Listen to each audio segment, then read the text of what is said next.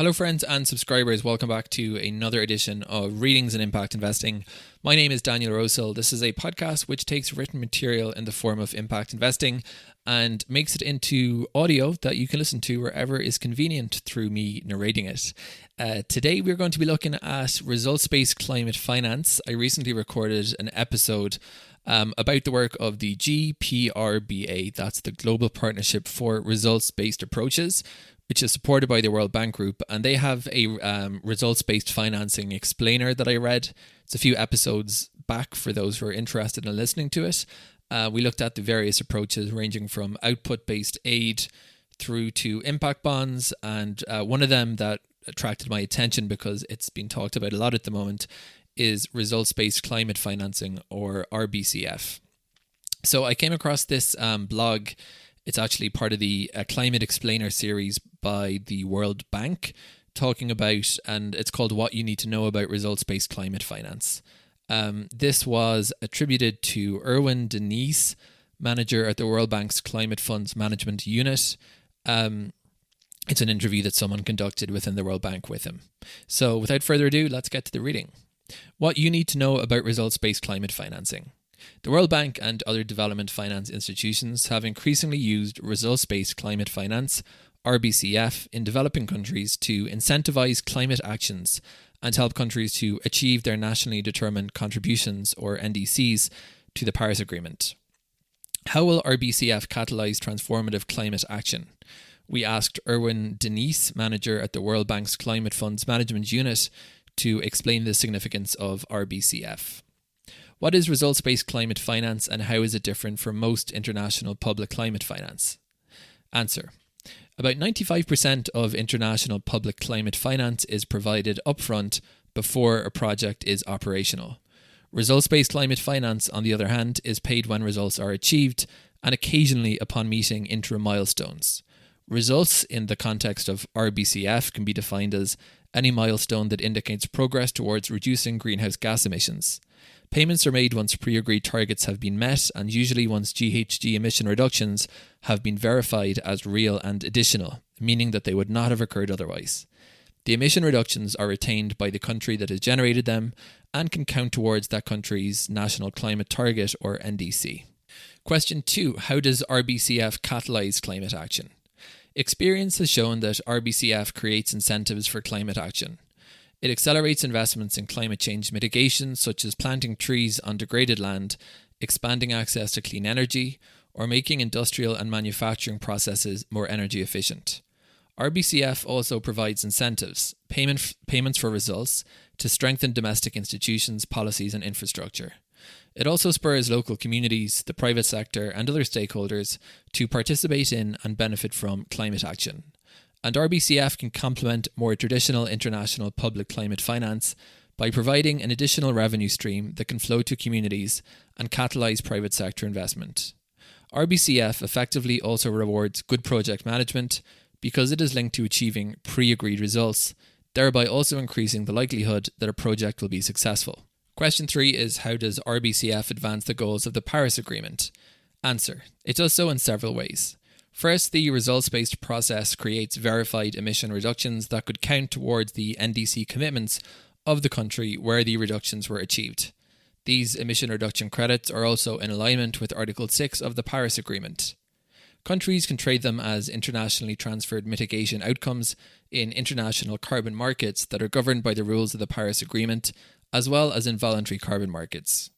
Critically, RBCF helps to build technical capacity in developing countries to participate in international carbon markets. For example, MRV, monitoring, reporting, and verification systems, which are used to verify RBCF emission reductions, are also used to establish emission reductions in the carbon markets. RBCF is also an efficient way to deliver climate finance in accordance with Article 9 of the Paris Agreement, which specifies that developed countries should provide financial resources to assist developing countries with climate change mitigation and adaptation. It can create income streams for delivering climate results that incentivize private sector investments, service provisions, and related project development and innovation. Such income streams also hold the potential to improve access to private finance, and since it helps to build technical capacity, it also reduces the risks to engage in such projects, thereby helping to mobilise critical private sector financing for climate action. Question 4, what are some of the other benefits? Take the energy sector. RBCF programs can support markets for energy products through targeted incentives, such as increasing the supply of products at affordable prices or increasing the demand for products through price reductions. For example, the World Bank's Carbon Initiative for Development, CDEV, provides results-based climate finance for projects that support off-grid solar markets and access to energy in low-income countries. CIDEV has supported programs that have installed an estimated 84,000 solar home systems in households in Kenya and distributed over 700,000 solar lanterns distributed in Ethiopia. Question: where does RBCF work best? The World Bank has identified 3 areas that are particularly well suited to RBCF financing. And these are the 3 areas. Natural climate solutions focused on agriculture, forestry, land use, oceans and other sectors that supports vital services and natural capital assets. For example, results-based climate payments could support the restoration of mangroves by generating emissions reduction credits and mobilising additional private investments from carbon markets. Sustainable infrastructure in energy, water transport, urban and other sectors that provide public goods to underpin broad-based, inclusive and sustainable economic activity. For example, results-based climate payments could accelerate the phase-out of coal-fired power plants by monetising in the carbon markets the emission reductions credits generated by the transition away from coal. This monetisation would help crowd in private finance, support additional clean energy capacity, and help local workers and affected communities access new economic opportunities in the transition to clean energy. Fiscal and financial solutions that directly or indirectly provide or mobilise resources for climate action. Examples include carbon taxes, the removal of harmful subsidies like fossil fuel subsidies, greening public financial institutions or loans linked to sustainability. For example, accrediting the implementation of policies that reduce emissions, like changes in end-user tariffs for electricity and natural gas. As tariffs increase, end-user demand changes, relative attractiveness of renewable versus fossil fuel-based power generation changes, and the reduced usage results in emissions reductions credits that can be monetised and support other development priorities. Finally, we have what is the main source of RBCF at the World Bank. A new partnership called Scaling Climate Action by Lowering Emissions, the acronym for that is SCALE, will bring together all results-based climate financing programs currently housed at the World Bank and increase the amount of RBCF available to developing countries.